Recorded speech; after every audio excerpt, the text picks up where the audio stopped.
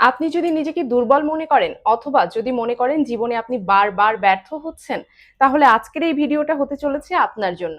কারণ আজকের ভিডিওতে আমি আপনাদের সাথে এমন ৩টা গল্প শেয়ার করব, যারা প্রমাণ করে দেখিয়েছিলেন ব্যর্থতাকে কিভাবে সফলতায় পরিণত করতে হয়। হ্যালো এভরিওয়ান, আমি আফরিন। ২৭ বছর জেলে থাকার পর যদি নেলসন ম্যান্ডেলা সেই দেশ অর্থাৎ সাউথ আফ্রিকার রাষ্ট্রপতি হতে পারেন, তাহলে সবকিছুই সম্ভব। যদি স্টিফেন হকিং তার পুরো জীবন হুইল চেয়ারে বসেই মহাবিশ্বের রহস্য আবিষ্কার করতে পারেন, তাহলে সবকিছুই সম্ভব। ৩০ বার চাকরির চেষ্টা করে প্রত্যাখ্যিত হওয়ার পর যদি জ্যাকমা আলিবাবার মতো একটি কোম্পানি গড়ে তুলতে পারেন, তাহলে সবকিছুই সম্ভব। যদি নিক হাত পা ছাড়া সারা বিশ্ব ভ্রমণ করে মানুষকে অনুপ্রাণিত করতে পারেন, তাহলে সবকিছুই সম্ভব।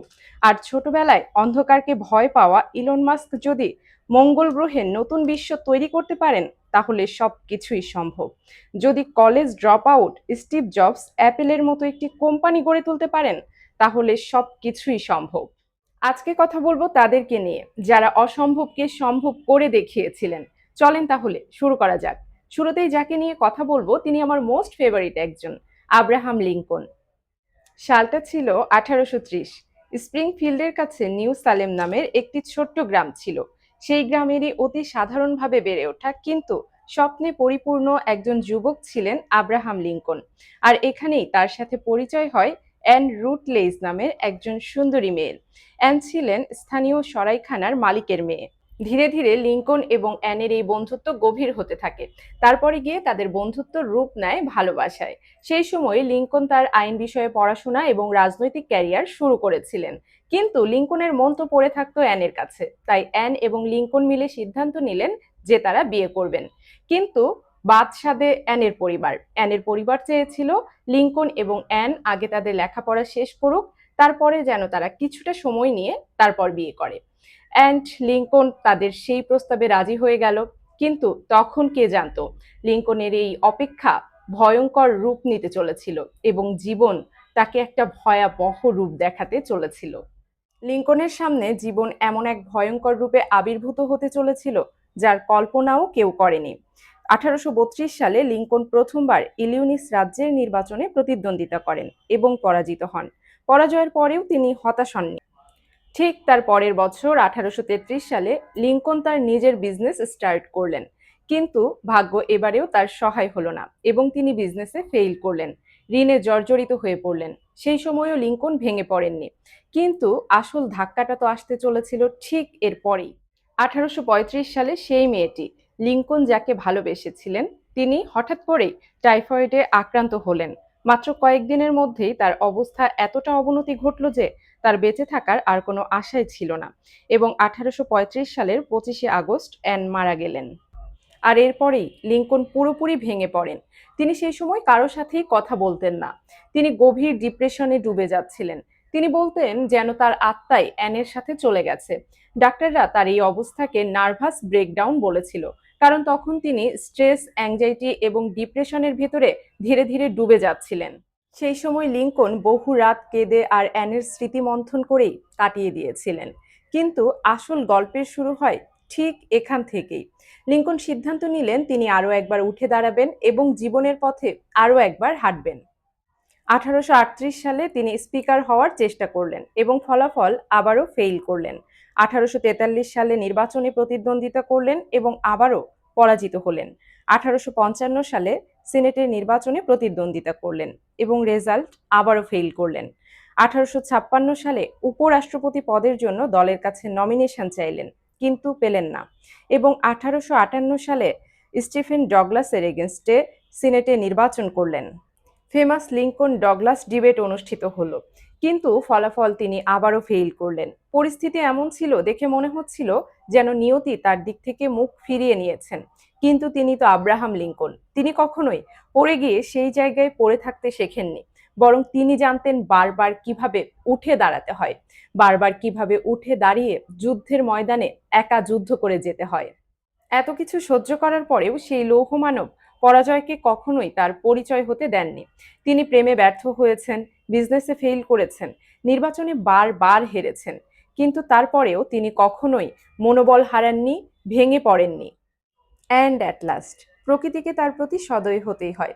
1860 সালে তিনি তার নিরন্তর সংগ্রাম, প্রচেষ্টা এবং পাবলিক সাপোর্টের কারণে আমেরিকার 16তম রাষ্ট্রপতি নির্বাচিত হয়েছিলেন। তিনি শুধুমাত্র সিভিল ওয়ারের মতো ভয়ঙ্কর যুদ্ধেই দেশকে ঐক্যবদ্ধ রাখেননি, একই সাথে দাসপ্রথাকে বিলুপ্ত করে তিনি ইতিহাসে অমর হয়ে আছেন। একবার কল্পনা করে দেখেন তো, এমন একজন ব্যক্তি যিনি প্রেমে ব্যর্থ হয়েছেন, বিজনেসে যার ভরাডুবি হয়েছে এবং যিনি রাজনীতির ময়দানে বারবার ব্যর্থ হয়েছেন, সেই ব্যক্তি বিশ্বের সবচেয়ে শক্তিশালী দেশের রাষ্ট্রপতি হয়েছিলেন। তাহলে আমরা কেন হতাশ হই? পরিস্থিতি যেমনই হোক না কেন, নিজের জন্য নিজেকেই উঠে দাঁড়াতে হবে, নিজের ভাগ্য নিজেকেই গড়তে হবে। এখন আমি যাকে নিয়ে কথা বলবো তিনি প্রমাণ করে দিয়েছিলেন শরীরের সীমাবদ্ধতা নয়, মনের শক্তি সবচেয়ে গুরুত্বপূর্ণ। আর এর সবচেয়ে বড় উদাহরণ হলেন স্টিফেন হকিং। মাত্র 21 বছর বয়সে তিনি অ্যামায়োট্রফিক ল্যাটেরাল স্ক্লেরোসিস নামক রোগে আক্রান্ত হন। এটি গুরুতর স্নায়ুপেশি সংক্রান্ত একটি রোগ। এই রোগ মস্তিষ্ক এবং হাড়ের মোটর নিউরনকে ধ্বংস করে দেয়। ডাক্তাররা তাকে বলেছিলেন যে তিনি কেবল 2 থেকে 3 বছরের অতিথি। কিন্তু তিনি হাল ছেড়ে দেওয়ার পরিবর্তে তার মস্তিষ্ককে মহাবিশ্বের মতো বিশাল করে তুলেছিলেন। তিনি বলতেন, maybe my body is limited, but my mind is free. Wheel চেয়ারে বসেই তিনি পুরো বিশ্বকে টাইম, ব্ল্যাক হোল এবং মহাবিশ্বের রহস্য বুঝিয়েছিলেন। তিনি তার অসুস্থতাকে দুর্বলতা নয়, শক্তিতে পরিণত করেছিলেন। তিনি তার ভেতরের কৌতূহলকে কখনোই মরতে দেননি এবং তার সেন্স অফ হিউমারকে তিনি শেষ পর্যন্ত ছাড়েননি। নিজের শারীরিক অক্ষমতার পরেও হকিং শেষ পর্যন্ত সব সময় হাসি খুশি থাকতেন। তিনি দ্য সিম্পসনস এবং স্টার ট্রেকের মতো শোতেও অংশগ্রহণ করেছিলেন। তিনি বলেছিলেন, জীবন কঠিন হয়ে উঠবে যদি আমরা হাসা বন্ধ করে দেই। তিনি বলতেন, শেখা খুব সহজ, পরিস্থিতি যতই কঠিন হোক না কেন। আর জীবনে কখনো হাসতে ভুলবেন না। যদি আপনি হাসতে ভুলে যান, তাহলে জীবনে বাঁচতেও ভুলে যাবেন। এএলএস এর কারণে যখন তার পুরো শরীর কাজ করা বন্ধ করে দিয়েছিল এবং একটা সময় যখন তিনি তার বাকশক্তিও হারিয়ে ফেললেন, তখন তিনি প্রযুক্তিকে তার কথা বলার শক্তিতে পরিণত করলেন। এই পরিস্থিতিতেও তিনি অসংখ্য লেকচার দিয়েছেন, বই লিখেছেন এবং অগণিত মানুষকে অনুপ্রাণিত করে গেছেন। স্টিফেন হকিং প্রমাণ করে দিয়েছেন, জীবনে অজুহাত নয়, উদ্দেশ্যই কাজে দেয়। আর যখন অভিপ্রায় হয় আকাশ ছোঁয়ার, তখন হুইল চেয়ারে বসেও নিজের গল্প লেখা যায়। তার যত প্রশংসাই করা হোক সেগুলো কম হবে। যিনি নিজের মৃত্যুর ভবিষ্যৎবাণীকে চ্যালেঞ্জ দিয়েছিলেন, যিনি বিজ্ঞানের ডিরেকশন চেঞ্জ করে দিয়েছিলেন আর লক্ষ লক্ষ মানুষকে বেঁচে থাকার নতুন পরিভাষা শিখিয়েছিলেন। যদি জীবনে 1-2 বার ব্যর্থ হওয়ার পরে আপনার মনোবল ভেঙে গিয়ে থাকে, তাহলে নেক্সট গল্পটি আপনার চিন্তা ভাবনাকে সম্পূর্ণ বদলে দেবে। কারণ তিনি 1 বার নয়, 10 বার নয়, 10,000 বার ফেইল করেছিলেন এবং যেই একবার তিনি বিজয়ী হয়েছিলেন, সেই একবারের বিজয় পুরো বিশ্বকে করেছিল আলোকিত। হ্যাঁ, আর নেক্সট গল্পটি টমাস আলভা এডিসনের গল্প। এডিসন 1847 সালের 11 জানুয়ারি আমেরিকায় জন্মগ্রহণ করেছিলেন।